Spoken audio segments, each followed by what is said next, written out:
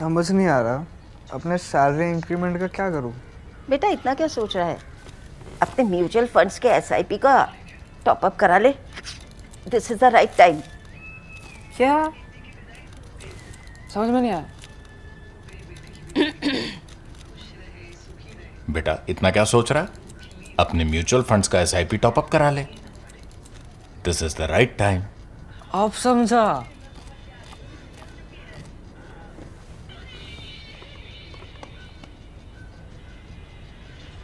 Mutual fund investments are subject to market risks.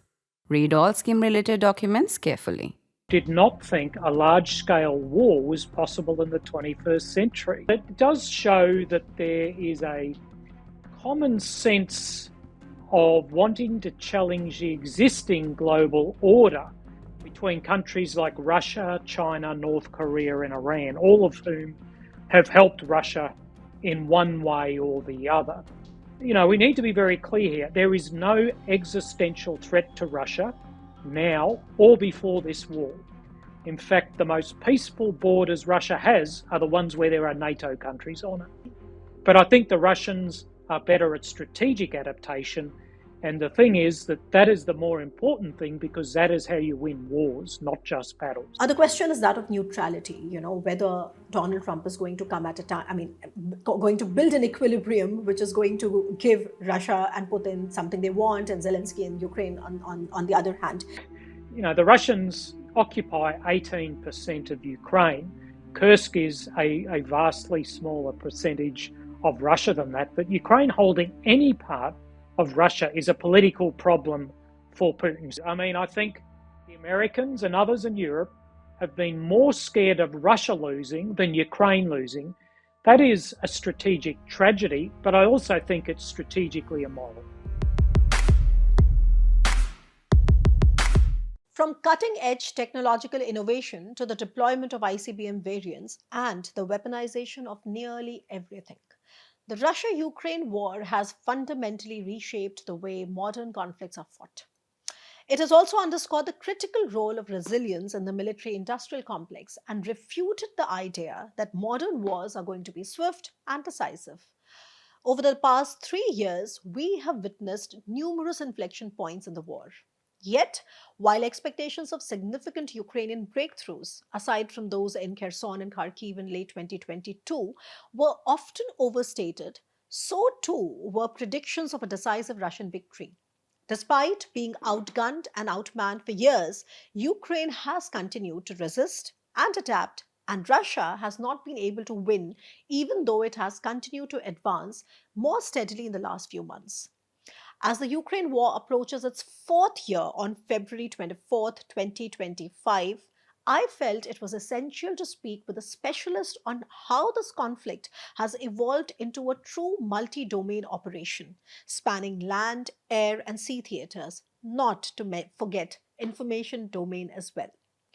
It is an honor to welcome Major General Mick Ryan, a distinguished military strategist and war analyst who served for 35 years in the Australian Army. He is the author of 2 widely respected books, War Transformed, The Future of 21st Century Great Power Conflicts, and The War for Ukraine, Strategy and Adaptation Under Fire. In addition to these, he has contributed hundreds of commentaries and articles shaping contemporary military thought. I have personally drawn extensively from his work, from my time at the Ministry of Defense think tank ITSA, working on reports for the Prime Minister's office and inputs for our Raksha Mantri, to now as I am completing my own book on the Ukraine war. It is a privilege to engage with such an erudite scholar and esteemed military veteran to reflect on 3 years of a grinding war of attrition in Ukraine and discuss key takeaways in general and in particular for India's military planning. What a pleasure it is to be joined by General Mick Ryan. I think he needs no introduction. Of course, he's not only an author of many books, but also been a regular commentator, a regular analyst of especially the Russia-Ukraine war. And I myself have had the good fortune of, attending one of his talks when he came to India. But nonetheless, today he is with us on the WorldView, and I have to just tell him that I've been a fan of your work, I've been an admirer of your work, and it is It's great pleasure to have you on my show here. So, so very quickly, let me just begin with this and say that almost 3 years ago in 2021, when it was February and we had all these assessments about is there going to be a war in Ukraine or not, because there was amassing of troops happening along the Ukrainian Belarusian border, if you remember. And back to those times, I remember in January of 2021, the German chief of naval staff had come to India. I was then working with the Ministry of Defense think tank at the European Eurasia Center. And I remember that in his remarks, he said that, oh, there is not going to be any war. Basically, what Putin wants is respect. And lo and behold, in less than a month, there was a full-scale invasion of something that nobody had ever imagined, after the Second World War. And now, very soon, we are going to be finishing those 3 years and entering into the fourth year. So this has been nothing short of, unbelievable, or a series of unbelievable, I would say, events. General Ryan, the first question to you is, how do you assess what these 3 years have brought to the world, not just to Ukraine and East Europe and the European security order, which is very obvious, and the fate of Ukrainians, of course, but what has it brought to people that are observing how a conventional war they thought would be fought, which is going to be modern, which is going to be swift? Your first thoughts on that? Well, I think it's raised a whole range of different insights. First and foremost, I think at the political level, I think many people, many politicians, particularly in the West, but elsewhere, did not think a large-scale war was possible in the 21st century. Right. And it goes back to Norman Angell's argument before World War I that we're all too economically integrated to want to fight. Well, this has proven that that's just not true. Right. So war is still possible.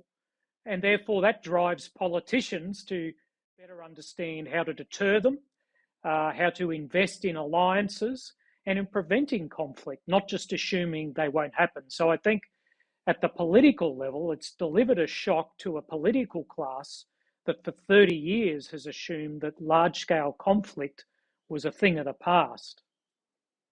Right.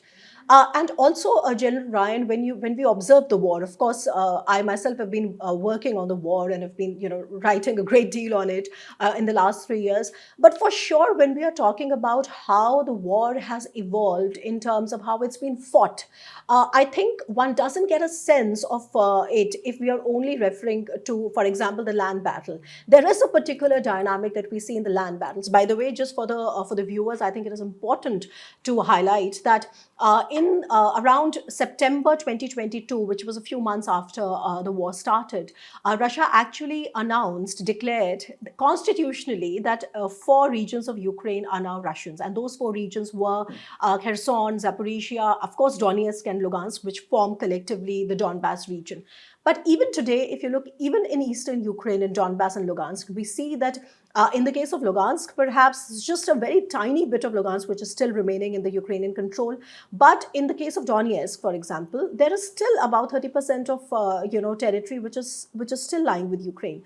Now, very quickly, the dynamic of the land battle, which has kind of swung like a pendulum between offensives and counteroffensives, some successes, a lot of exaggerated expectations, perhaps very different on the ground. But there is a land battle dynamic that I would like you to speak about. And then I would also request you to sort of help everybody understand that there is a different dynamic when we talk about how the air, battle has perhaps evolved. And we have to then later on speak about what has happened to the Black Sea. But first, let's talk about the land battle.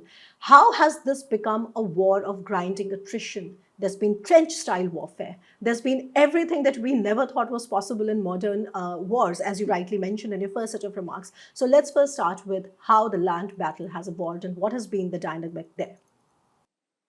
Yeah, you're right to point out it's just one of the many elements of this war. There's been an air, missile and drone war. There's been a maritime dimension. There's been cyber. There's been information and alliances. But on the ground battle, you have seen the pendulum shift back and forth between who's had the strategic momentum in this war. I think it's fair to assert in the last year it's been Russia for a range of different reasons. But throughout the war, you've seen what I call an adaptation battle occurring between the two belligerents on the ground, where one of the most important elements of that has been the absorption of first hundreds, then thousands, and now tens of thousands of different kinds of drones in the air and increasingly on the land to help ground combatants to see, to shoot, to support each other, and these kind of things. But you've also seen a couple of other elements that are new. I think the digital command and control platforms, particularly in the Ukrainian army, has been fully democratized, as in down to every single individual. Western militaries weren't planning on doing that, and it has changed how the Ukrainians operate.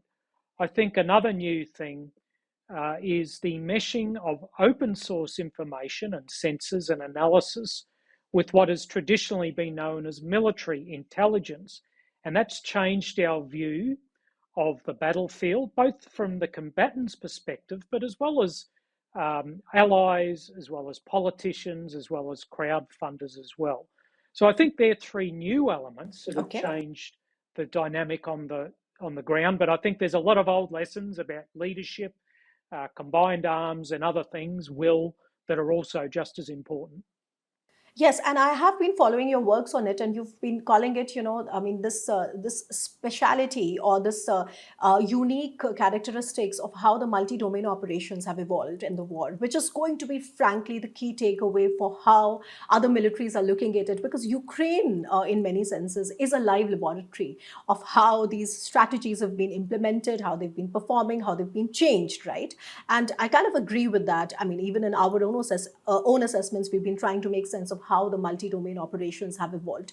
But I still want to ask you about this one thing, about why is it that throughout, let's say I'm still sticking to the land battle here. I'm still sticking to about 20% of Ukrainian land that Russia currently holds, even though it still does not have 100% control of those four, oblasts that it kind of declared as Russian. And I think right now the fight is that before Trump really comes out with a negotiation plan that kind of freezes the battle lines, Russia has to really make sure that it kind of drives away all Ukrainian troops from Kursk. I am going to speak to you about that, and also try and gain control of at least those four territories. But before that, I really wish to ask you this thing. Where do you see that a mighty power like Russia, with lakhs and lakhs of troops in its, I would say, in reserves, all right, would have to reach out to North Koreans? First, when the news of the North Korean troops came, I think it was mainly firstly dismissed as propaganda, until the time that it became more and more evident that indeed there are North Korean troops fighting on the behalf of Russians. Why do you think we see certain things like that? And please feel free to also connect it to the Wagners. I mean, those are things that have really impacted the way the war has been fought on the battlefront has evolved. Yeah, generally countries that are doing well don't ask North Korea for help.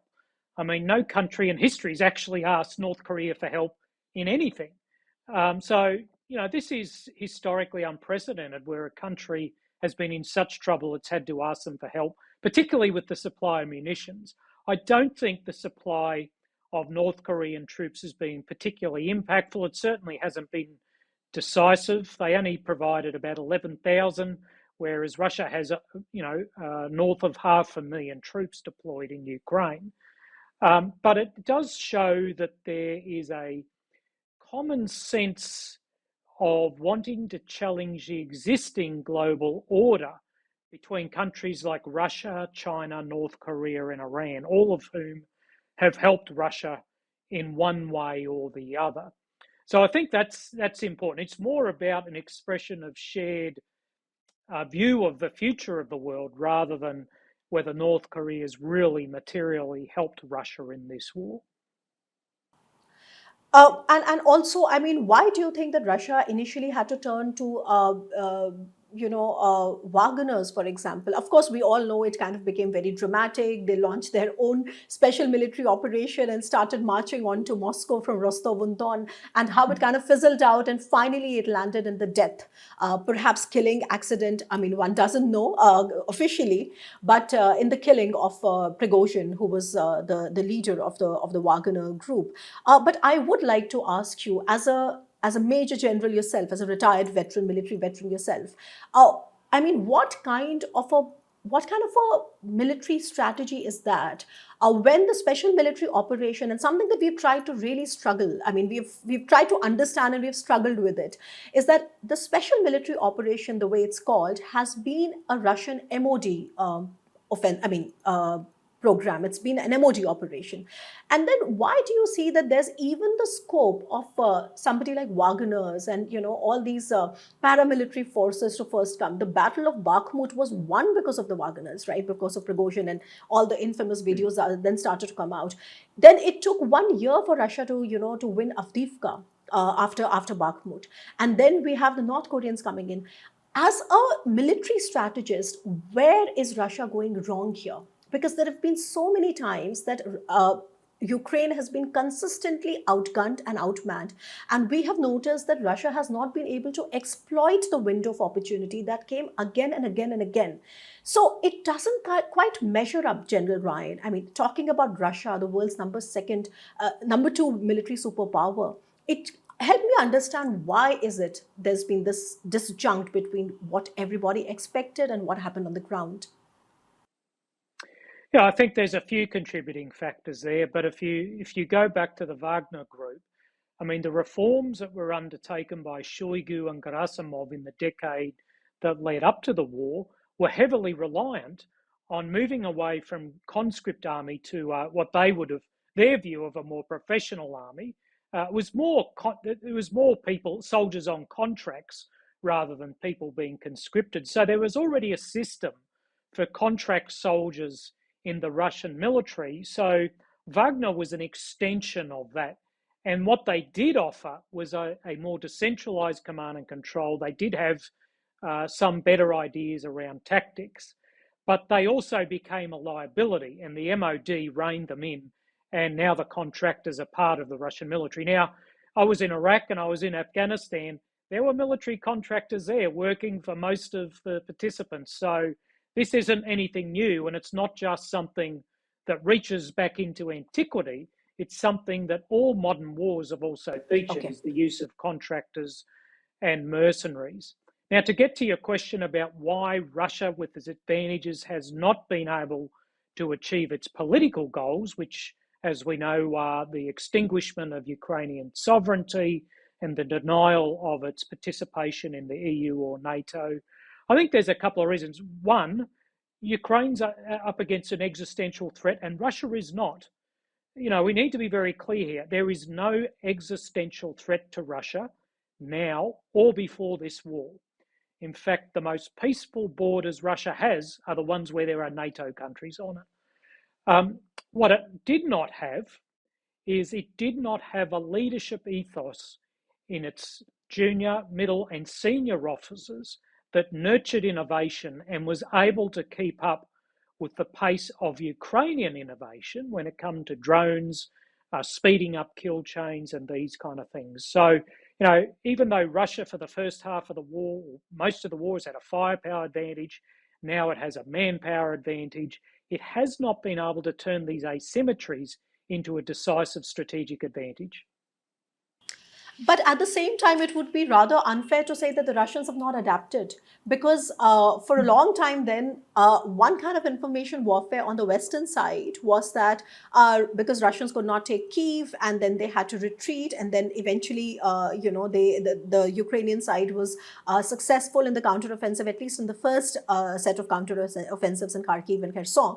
So then there was this exaggerated, so to say, imagery or set of these predictions that, oh, Russia is fighting with the old tanks and Russia is fighting with the with outdated technology and all that. But that hasn't seemed to be right either, because the Russians have also shown that they have the capability to actually fight a grinding war of attrition. And actually, even though they are suffering, but then the Ukrainians will perhaps have to capitulate before the Russians, because Russians have shown this immense capability. Where do you think they have adapted, and what are the Russian strengths here? No, they've definitely adapted. In fact, when I first suggested that several years ago, people laughed at me. There was this, like you said, there was this view that they were stupid and couldn't learn. And I said, well, you assume that at your own peril.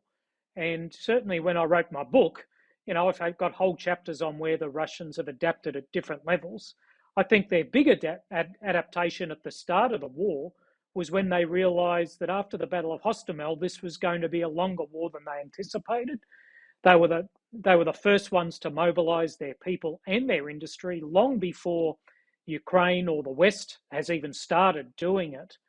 And whilst they are slower than the Ukrainians in some of the battlefield innovations, when they do change and adapt, they're better able to systematise them at the strategic level because they have a more robust military industry. So I think the Ukrainians are still better at tactical and battlefield innovation and adaptation, but I think the Russians are better at strategic adaptation. And the thing is that is the more important thing, because that is how you win wars, not just battles. Right.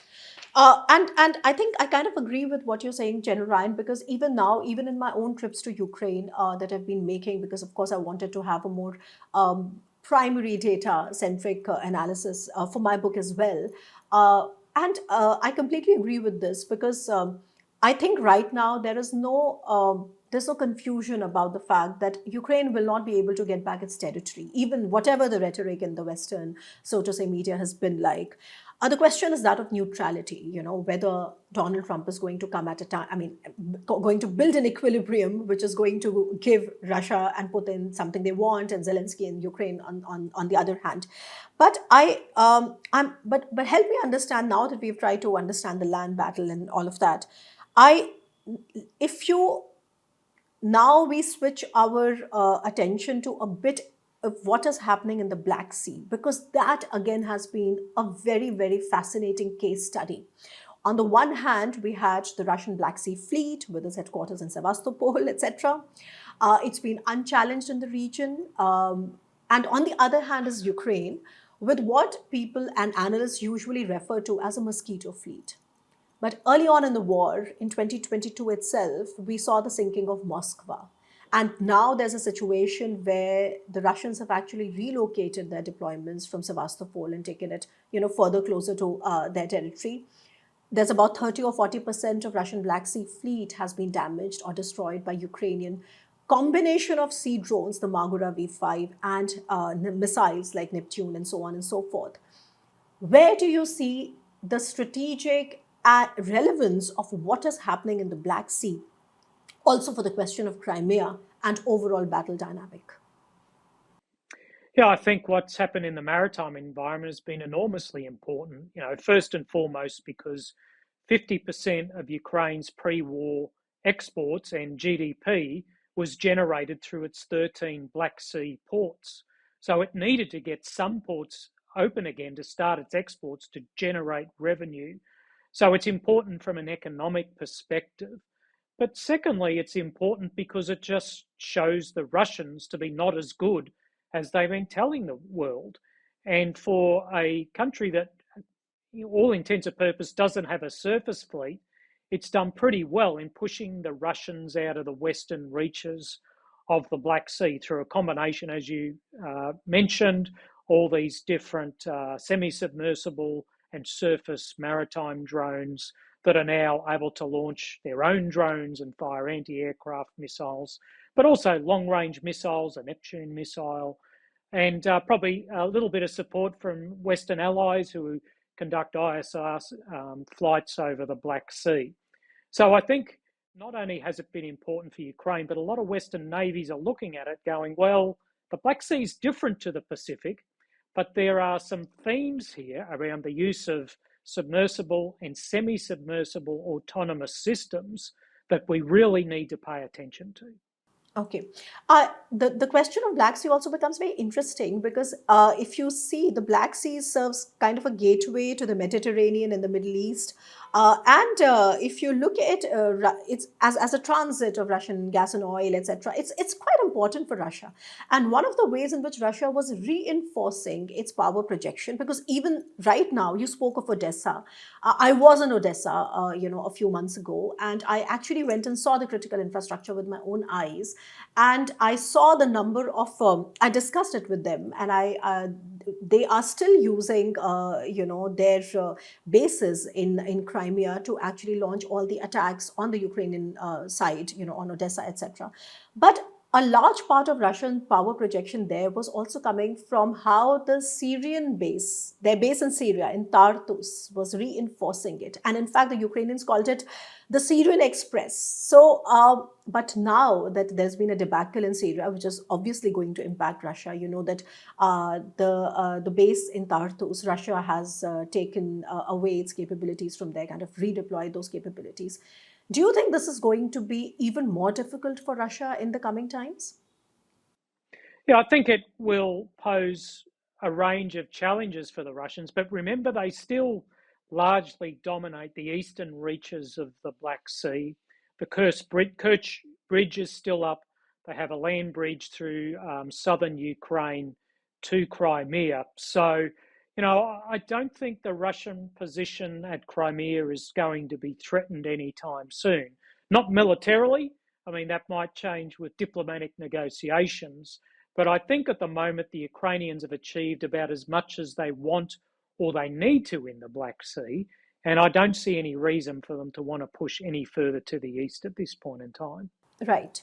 And now that we've sort of talked about the Black Sea, I completely understand that what perhaps you're trying to, if I get you right, what you're saying is that, I mean, Ukrainians have achieved their tactical objectives in trying to keep the Black Sea fleet at bay. If you look at the Baltic Sea, of course, that's been a geopolitical challenge for Russia as well, because there was a addition of two more members in terms of Sweden and Finland joining NATO, and then the entire Baltic Sea becoming the a NATO lake in many ways. But now, please help me understand also the relevance of the Kursk operation. Why did Ukraine do it? Because Ukraine is not able to hold on to it. There's probably now very little of Kursk that they still hold. So why do you think that Ukraine launched something like that? I read your piece when you said that that shows the element of surprise. But please help us understand a little better. Was it just surprise because Ukraine also paid a price for it, right? They thought that it would force Russia to redeploy their troops from the eastern side of Ukraine towards their own territory. Did that happen? Because Russian advance has been pretty steady, especially in the last few months at least. Yeah, I think there were two principal objectives for Kursk. Surprise was a mechanism, but it wasn't the objective. I mean, first and foremost, it was a political objective to force Putin to make tough choices about where he allocated his troops. But it was also political by showing the Russian people that Putin couldn't defend Russia. And I think these strikes on Russian oil refineries and Russian military industrial factories are partly about that. They're not just about warfighting capacity. They're designed to show Vladimir Putin cannot rule Russia properly and to put pressure on him personally. So Kursk, yes, it was a surprise, but that wasn't the aim. That was a mechanism to achieve political and military objectives, which, as you point out, included hopefully the reallocation of Russian reserves from the east to Kursk. But as we know, that has not occurred. So right now, where do you think that Ukraine's advantages are if a negotiation were to happen? Although I wanted this to be taken up towards the end of our discussion about what do you expect from Donald Trump coming. But do you think Ukraine would be able to hold on to Kursk to a point where it becomes a negotiating and a bargaining chip? Or do you think it's probably the time for that is over? No, I think they will. I mean, any negotiating chip, no matter how small, is useful. I mean, if you the Russians occupy 18% of Ukraine. Kursk is a vastly smaller percentage of Russia than that, but Ukraine holding any part of Russia is a political problem for Putin. So inevitably it will be part of the negotiation. I just don't think it's a big chip. I think it's a small chip for the Ukrainians. It certainly does mean the Russians have to commit forces there that they can't commit in the east, that they might be able to use to achieve a operational rather than tactical breakthroughs that they're currently undertaking. So I think the Ukrainians will continue to resource it. And, at the moment they hold about 40% of what they originally seized in August. I expect they'll continue hanging on to that for probably the next 6 months and see how the diplomatic manoeuvring goes, because I don't expect that will be a rapid process. I don't see any feasible plan from the Trump administration yet. I don't even see the outlines in the far distance of any kind of feasible plan being put up by this administration. So I think it's going to be a while before we get Ukraine and Russia at a negotiating table. I'm glad you pointed that out, General Ryan, because in my own assessments, I've argued several times in the last 1.5 years, of course, keeping in mind the fact what kind of military industrial complex and its preparedness is happening on both sides, etc. And I myself have argued that this war is not going to end. Please don't buy the rhetoric of ending the war in a day or 2 days, 50 days or something. I don't think Trump has a plan. It is pretty much on Keith Kellogg to try and see where an equilibrium can be found. So I kind of agree with that. But at this stage, I have to ask you about the pattern of aid that has been coming, especially the military weapons, that have been coming to Ukraine. Because the narrative in the minds of many analysts is that Russia is not fighting Ukraine. Russia is fighting the combined might of NATO, and see Russia is able to withstand. But if you kind of deconstruct the statement, you realize that the kind of aid that has been coming to Ukraine, the kind of weapons, the rate at which it's been coming, I personally think that the Biden administration's biggest miscalculation, they should have either given Ukraine what it wants or just simply, wash their hands off and not let Ukrainians die the way they've been dying. Please help me understand about this hype. F-16s will come and it will change the course of the war. The Taurus missiles will come and they will change the course of the war. The F-16s have come, but we know that it's not just about the planes. It's an entire universe that you have to replicate along with that. Please help me understand how the pattern in the weapon deliveries, how the this thinking that you see in the Western allies in Ukraine, especially in the bigger allies like Germany, etc., have also given this texture to this war of grinding attrition. I think you're the perfect person to answer that, because it's been something that I myself been working on.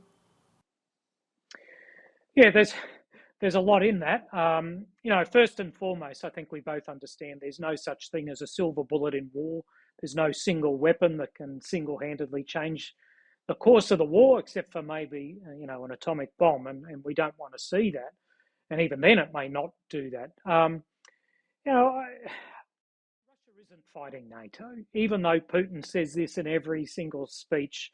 NATO has committed such a tiny proportion of its resources to this war. I think it would be somewhere around the 2 to 4% of total NATO resources have gone to Ukraine. NATO is enormous. Its industrial capacity, its material wealth, just so far outstrips Russia that if it really wanted to destroy Russia, it could. It's chosen not to do that. So it's chosen to have this approach. I won't call it a strategy because there is no NATO or US strategy for the war, but I'd call it an approach where they slowly insert training, weapons, maintenance support, and other economic aid to keep Ukraine afloat. But they've never, at any time, provided enough support for it to be decisive enough for Ukraine to start pushing Russia back. Now, that was possible in the first year of the war. There's no doubt about that. However, once Russia dug in, that became increasingly difficult. And, I think it's taught us an old lesson, which is this. Every soldier knows that if you have your boot on the throat of your enemy, you do not take that boot off. But that's what happened at the end of 2022 with Europe and the United States. And I think the Ukrainians have suffered for it ever since. Yeah, there is a sense of being that there is a sense of that deceit. It's there in Ukrainians, and it's very palpable when you go there and you speak to the common person on the street. Absolutely, It's there. and It's there. and it's fair enough too. I mean, I think the Americans and others in Europe have been more scared of Russia losing than Ukraine losing. That is a strategic tragedy, but I also think it's strategically immoral. All right. Yes, yeah, it's interesting the way you put it.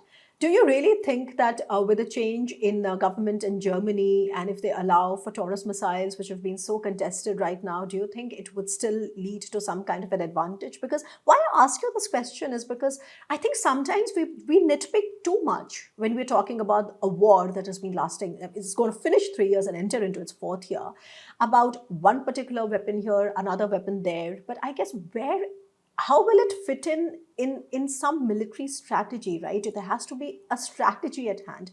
Do you think right now with a country that is so outgunned and so outmanned, of course it's evolving and all that tactical adaptations that you spoke about, do you think a certain weapon coming is going to really tilt the power equation in any decisive manner? Or what could be that weapon? I know you said that there's no such magic wand, but then since there's just so much talk about Taurus, do you think that this is justified or is exaggerated? It's exaggerated. There is Taurus. Would it help? Yes. Will it prove decisive as a war winner? No. The only thing that will do that is either another million Ukrainian troops, or 10,000, such a quantity of equipment and troops that they could overwhelm the Russians. That is not in prospect. So at this point in time, we're just going to have to continue to struggle through until both sides decide they're ready to talk.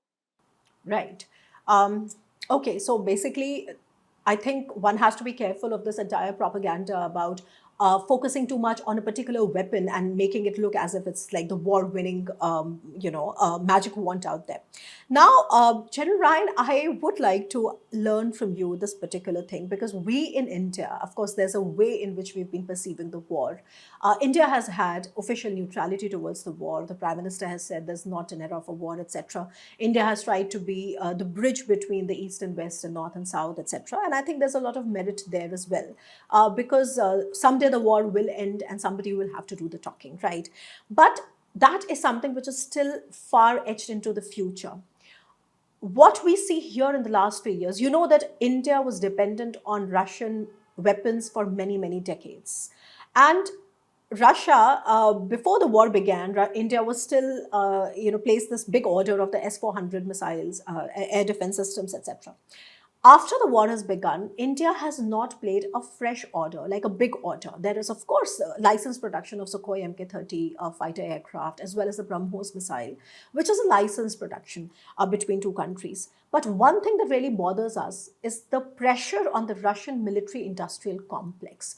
What I have argued in my pieces is that, listen, from India's perspective, it doesn't make too much of a sense to analyze whether it's 18% of Ukrainian land that Russia holds or 20% of Ukrainian land that Russia holds. What matters is that in that process, in the process of the 3-4 years, Russia's getting pushed with China in a way which will have strategic implications for India. Now, in that sense, one of the things that then comes out is the pressure on Russia's military-industrial complex. Its export base has shrunk. Before the war, Russia was exporting weapons to about 31 countries. After the war, that base has fallen to about 12 countries, and this is CIPRI data. Please help me understand what should we expect from that part. Where is Russia's military-industrial complex going? Yeah, I mean, it's been interesting to watch Russia's industry, not just military industry, but industry more broadly, adapt to Western sanctions, which have hurt Russia a lot, but have not once again been the silver bullet that a lot of people seem to think they will prove to be. They've reoriented their supply chains. China and other countries have been part of that. And I think the Russian defense industry at the moment is operating probably at full capacity. given the amount of people that it's absorbed from the rest of the Russian workforce, it would be very difficult to expand it even further. Okay. Will customers come back? My sense is probably yes. I think there's a bit of shock in some customers at the moment, but I think Russian weapons have been attractive for all kinds of reasons, not just because they're cheaper than Western ones, but in some countries it's because the Russians offer inducements to those purchasing the weapons. So, those kind of tactics aren't going to go away. I see the Russian defence industry doubling down on wanting to export at some point once it's able to, because it will want to generate foreign currency, and it will still have a loyal customer base from the last few decades. It will be looking to Russia to provide weapons based on its lessons from the war against Ukraine, whether it's things to counter Western precision munitions, loitering munitions, electronic warfare. These kind of things the Russians have been pretty good at, and I think there'll be customers for those things in the future. But if you could also help me understand what kind of dependence do the Russians have, because they've been cut off from Western tech, Western chips, all of that.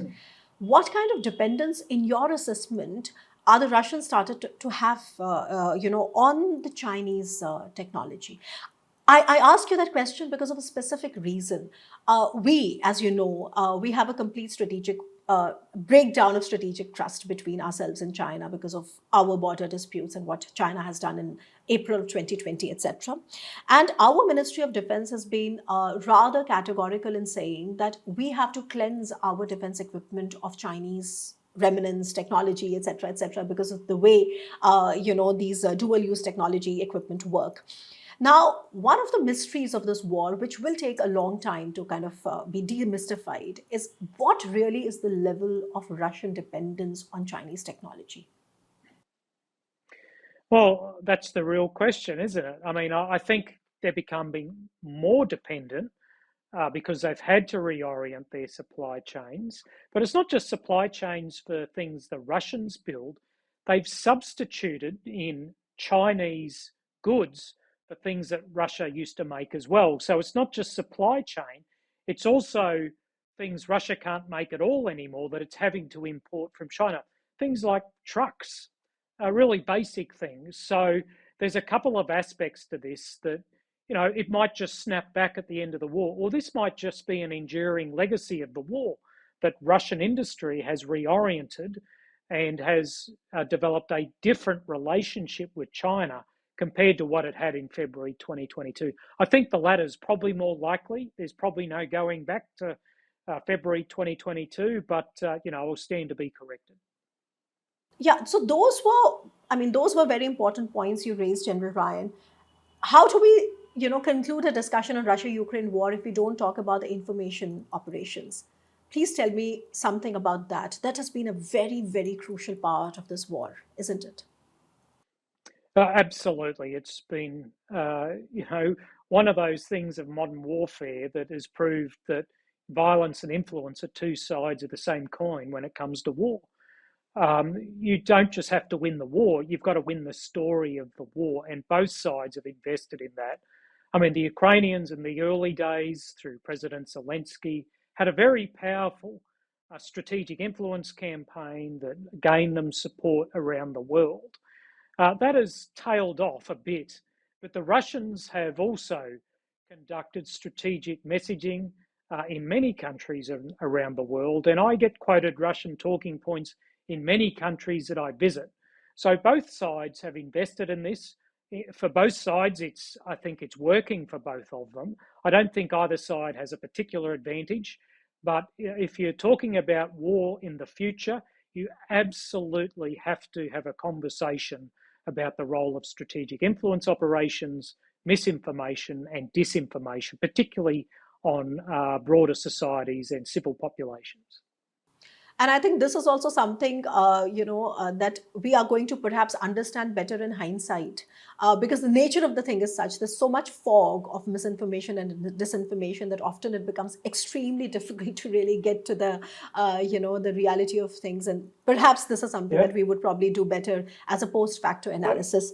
Um, I think so. I mean, we're still arguing about the impact of the strategic bombing campaign between 1942 and 1945 over Germany. So I think we'll be arguing about the impact of strategic influence in this war for many decades to come, as you Yes, suggest. yes, that's right.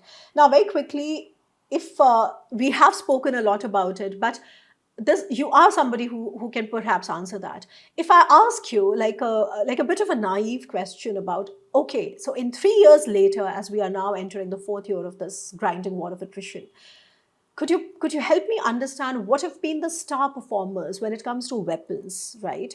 On both sides, on the Ukrainian side as well as on the Russian side. You can go and pick any side that you want first, but the star performers, and then I'm going to ask you about the main losers also, the weapons that we really expected a lot from and they did not really perform well. But first, the performers.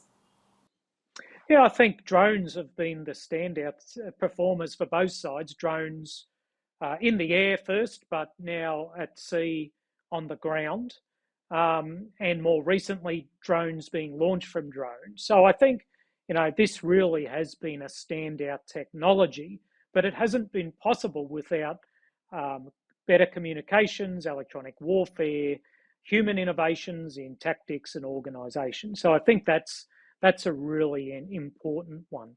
I think a second technology that has been crucial, particularly for the Ukrainians, has been Starlink. I mean, you've been there. There's a huge reliance on this just for secure communications and these kind of things. So I think that's been vital. A third really important weapon has been artillery. I mean, whether it's howitzers, whether it has been short, medium, or long range rocket artillery systems, the comeback king of this war has been artillery. A lot of people thought 20 or even a decade ago that, the day of artillery was finished, that the Joint Strike Fighter and these kind of things were going to put an end to the need for it. Well, it hasn't. So I think artillery has come back. And I think too that not a weapon, but an idea, but the idea of deception, camouflage, and these kind of ideas have been enormously important because there's so many different senses that you can see a lot more of the battlefield. But seeing something isn't the same as understanding it. And if you can deceive what people think about what they're seeing, that's really important. So I think these have been some of the standout performers of this war, in addition to things like electronic warfare. And on the Russian side, of course, apart from drones, because I know they've been adapting, but yeah. Yeah, well, I think, on both sides, these have been the case with the exception of Starlink. EW for the Russians in particular, I think they've really jumped back into EW. I mean, they've always been very, very good at electronic warfare.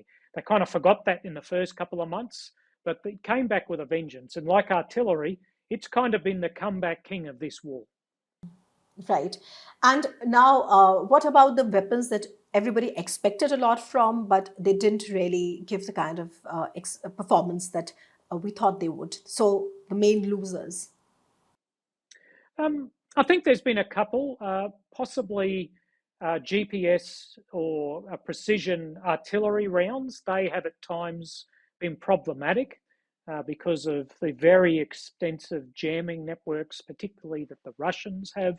I mean, HIMARS has worked very well, but it certainly hasn't worked to the same degree that it did in the first couple of months.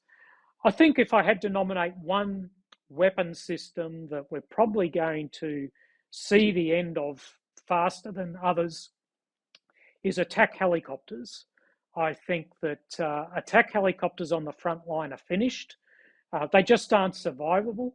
I think if we do see them, we'll see them well back from the front line controlling drones forward. That appears to be the way forward with most military organisations. And a special mention to tanks. A lot of people have been proclaiming the death of tanks. And I would say to them, why is it that both sides are now using more tanks than what they were at the start of the war? They've changed how they've used them. They've changed how they protect them. They've changed when and where they use them. But they're still a very important protected, mobile, precision fires capability that no army in the world is going to get rid of until there's a replacement for, and there's not. And in my region, in the Pacific, every single Asian army is building up armour stocks. It's not getting rid of them. Yes, yes, yes, absolutely. And I would like to ask your opinion on how the strikers have performed in the war. I ask you this because, of course, in India, there's a heated debate on whether India should buy American strikers or go for indigenous, counterparts. And we have indigenous versions of, these infantry armored vehicles. But performance of strikers, General Ryan. Yeah, I mean, if they're designed for a certain role, and when they're using that role, they're very good. You need both wheels and tracks on the battlefield. It's not either. And wheeled armoured fighting vehicles have a lot of advantages over tracked vehicles, particularly when it comes to mobility between different parts of the theatre, when it comes to maintenance and these kind of things. The reality is you need both. And in my army, we're moving forward with the latest version of the M1, a tracked IFV, and a wheeled combat reconnaissance vehicle, which is like a bigger, badder, better protected version of the Striker. Okay. All right. And just as a last question now, because this has been an absolutely riveting discussion, what do you expect, or what should we expect? What is the way in which you think is the most correct way to have an expectation from Donald Trump administration, Keith Kellogg, Marco Rubio, Mike Waltz? Where do you see this going? I think, one of their options, and hopefully one they'll choose, is escalate to de-escalate. Yes, I've heard that, yeah. Build up Ukraine's military capacity, build up its ability to make the Russians suffer, as Clausewitz talks, and force them to come to the negotiating table and have a realistic negotiation where the Russians actually make concessions which they live by. We all know the Russians, in just about every war they've fought in the last 50 years, they've gone back on their promises. Somehow, Trump needs to find a way to force them to the negotiating table, make concessions, and live by the promises they've made. Well, that was we've been all hearing this, that perhaps Trump is going to get to first escalate the war and then to de-escalate it. And I understand where that is coming from, which is counterintuitive to a lot of people's expectations. But before I let you go, General Ryan, I have to ask you, because you've been an avid commentator, you're an author yourself, but please, could you give some recommendations on what really to read more if one wants to understand the different battlefield perspectives, etc., on the war, apart from your own books, of course, which are highly recommended? I think there's some really good commentators on the war. I mean, I think Sir Lawrence Freedman's work, anything he writes, not just now, but he wrote books on the Ukraine war before it started. I think a lot of Ukrainian academics, Mykola Bielzlikov from the National Institute of Strategic Studies is well worth following. The online commentator Tatarigami, I think, is excellent. Rusi in London, I think, has done some stellar work, the Atlantic Council, Carnegie Endowment as well. So I think there's a range of different commentators on the war that are well worth following. And, I'm a big believer, read lots of different views, not just one, because I think it helps you get a fuller perspective, and not just military commentators. I think economic perspectives are important. I think the perspectives of journalists are also important. When I go to Kiev, I always meet with journalists and non-military people, because I think they give a view of the war that's very different to the military. Right. What about if one wants to understand how Russia has been adapting? Do you also read? I know in Russia you can't even call it a war, but just to have the other side of the perspective. Yeah, I think there's some good experts out there on Russian theory and adaptation. I think people like Michael Kaufman has studied the Russians for a long time. Dara Masako. I think Dima Adamski, who is an Israeli academic who studied Russian deterrence, he's just published an excellent book on how Russia coerces and deters, but also how it adapts and forms learning communities with other countries. So they're people that I would thoroughly recommend following. Oh, well, that's a long list, and thank you so much for this, General Ryan. That was a riveting discussion on the many twists and turns of the Ukraine war.